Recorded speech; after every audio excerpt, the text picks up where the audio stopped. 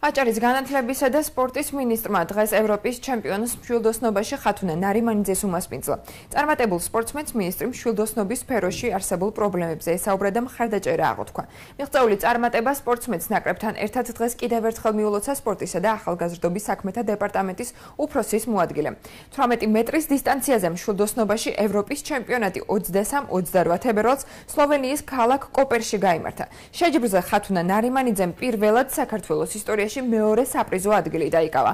მეორე ადგილი დაიკავა საქართველოს ნაკრებმა გუნდურ ჩათვლაშიც, სადაც 3 სპორტსმენიდან 2 ბათუმელი იყო.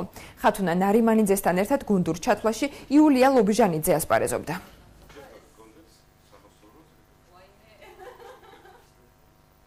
ბედნიერება ყოფილა, როდესაც საზღვარგარეთ შედეგს მიაღწევ, ჩამოხვალ შემკუთხეში და ასე დაგაფასებენ. ორმაგად ბედნიერი ვარ და ამაყი ვარ.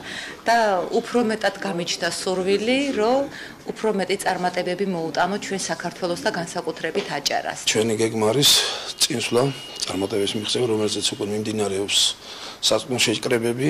შემდეგი ტურნირებისათვის ველოდებით ახლა ევროპის მსოფლიო გრან-პრის პირველი ეტაპი, მსოფლიო ჩემპიონატის პირველი ეტაპი, რომელიც ათენში, საბინაში გაიმართება და გვაქვს ჩვენი სპორტსმენების იმედი.